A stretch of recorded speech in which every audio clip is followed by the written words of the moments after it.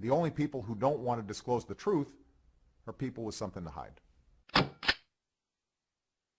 All right. Hey, everyone. Hey, I went to an event tonight, and the purpose of this event was a couple by the name of Jimmy and Joanne, I believe, Moriarty. I think it's Joanne. I hope I'm not wrong in that. Told their story about how when Gaddafi was taken out of power, that NATO came in and just bombed the heck out of the country and just set loose Al-Qaeda, radical Muslim factions, and the whole place has turned into the Wild West, and there's just raping and pillaging and murder throughout the whole country. But it's just caused a total chaos, I guess, in Libya after Gaddafi was taken out of power.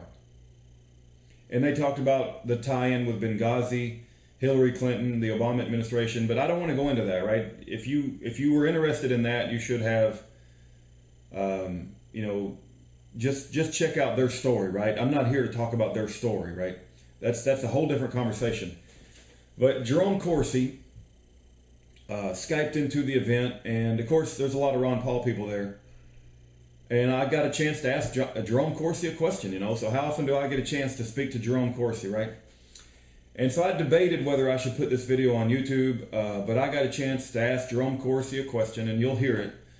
But I just simply asked him, how come he doesn't think any congressman, will, including Ron Paul, because I'm surrounded by Ron Paul people in this meeting. I would say, I don't know, I'm just guessing 40, 50, 60 people there.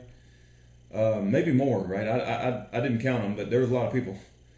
I asked him, how come there's no congressman, including Ron Paul, that will publicly speak about that birth certificate as a forgery? And what does he think the penalty should be for Obama when justice comes to him for impersonating the president?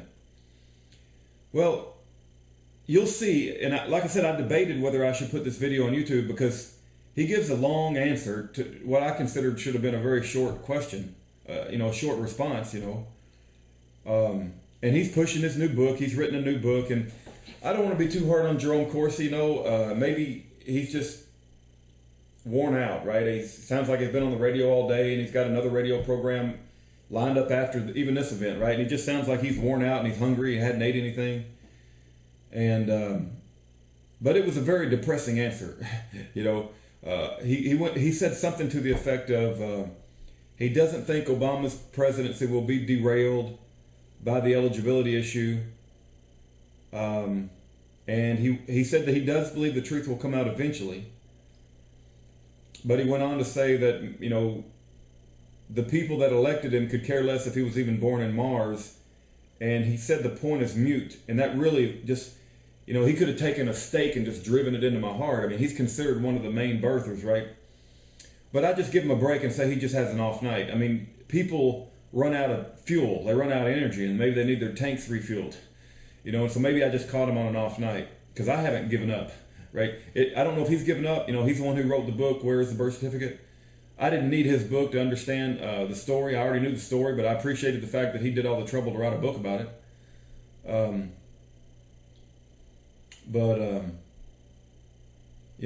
I still have hopes that the efforts of people like Orly Tates, Sheriff Arpaio, Mike Zullo, Pastor James David Manning, Lieutenant Colonel Terry Lakin,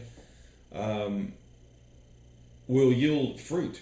And I still have faith in the American people that once they fully understand that birth certificate is a forgery, that they will not tolerate it, and that we can rectify this wrong that should have been rectified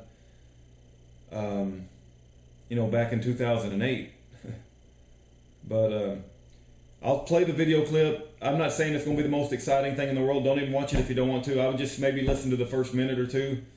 But if you want to listen to the whole thing, listen to the whole thing. But I just wanted it as a point of reference of Jerome Corsi's state of mind about the eligibility issue. And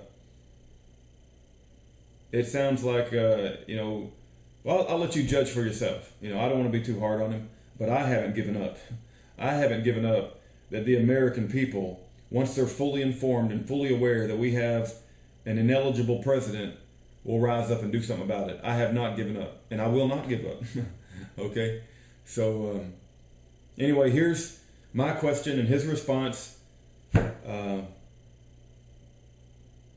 all I got to say for now. May God bring justice to the wicked. We have another question, Dr. Corsi.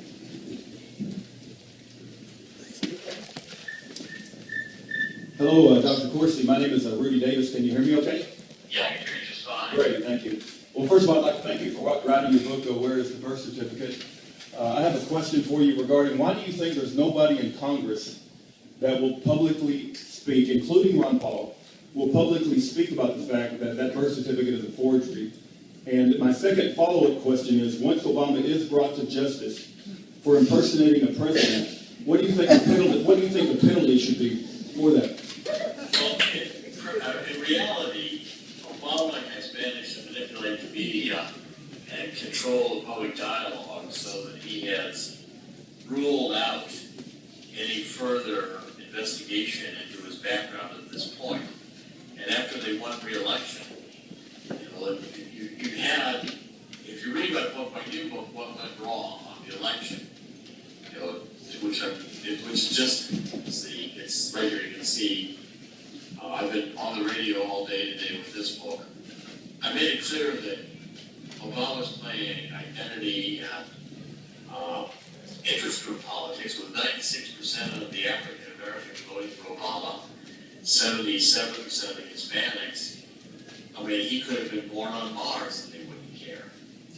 You've got a group of people, as long as they get their Obama phones and welfare checks, really don't have any fundamental understanding of the Constitution.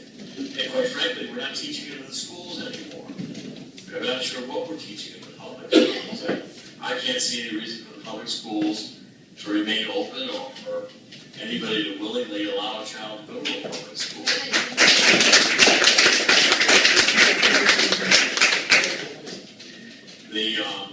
We have lost an appreciation of the Constitution. So again, to press an issue of eligibility, people say, well, Obama won 2 elections. What do you care? At some point or other, the truth about Obama is going to come out. I mean, even biblically, I believe always the truth comes out. But it's not going to derail this presidency. It's too late. There's no mood in the Senate, with the Senate controlled by the Democrats, to do an impeachment hearing. So it's a moot point. I think the organization has to be for the midterm elections to try to hopefully regain control of the Senate. It could be done. The problem is that the Republican Party is yet trying to be a Me Too Democratic Party. And again, if the Republican Party wants to be Karl Rove, and John McCain, and Lindsey Graham, and now Marco Rubio, I don't think conservatives have any use for it. So why do they fit? And this is going to be a lesson the Republicans may have to learn in 2014. But at any rate, conservatives have to realize that we're conservatives first, constitutionalists first, and Republicans second. That's again another lesson the Republican Party has got to learn. It's major theme of my new book. We cannot be Me Too Democrats, running after the Democrats, trying to pander to Hispanics, trying to pander to blacks, trying to pander to all these interest groups is a losing strategy. The fundamental reality is what's happening in Detroit.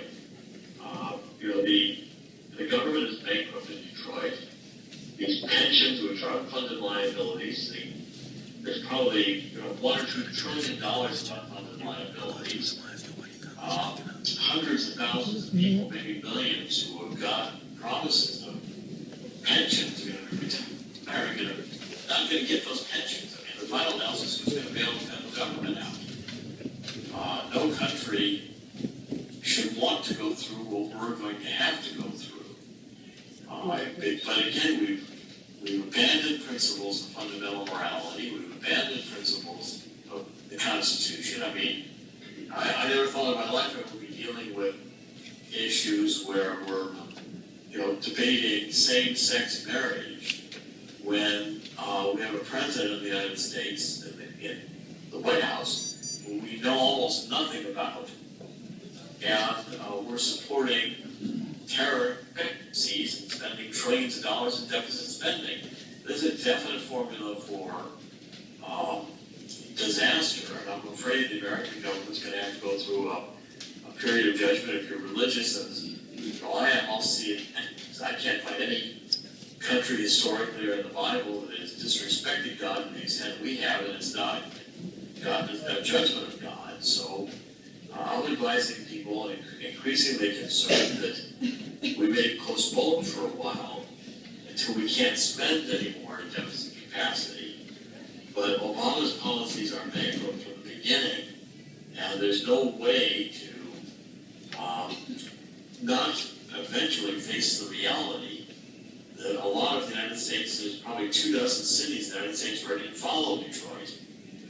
And I don't know about the military in terms of today, but I can't imagine military morale was, with homosexuals being openly accepted, with all the budget cuts, with the lack of support from the Obama administration on the military.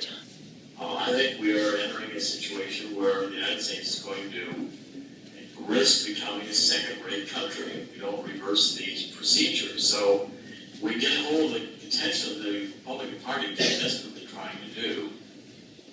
Eventually the pendulum swings back, and I hope it swings back in time, that we don't risk a major catastrophe in the United States, but I'm fearful of it. I think states like Texas are going to be some of the last places to live responsibly, but again, Texas is under enormous pressure to open up issues of abortion, to open up issues of immigration, and I think we're going to have potential of this becoming a more and more divided country. Last time, if you took the states out of the took the cities out of the United States, cities, we'd have a very red state. And I've never seen Obama, the word abomination, I said Obama's a divider. He is a divider.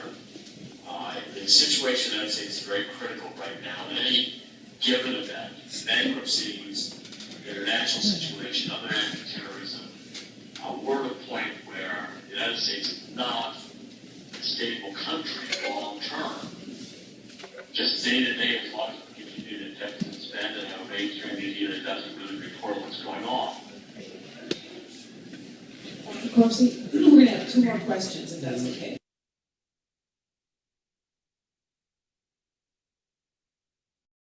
The only people who don't want to disclose the truth are people with something to hide.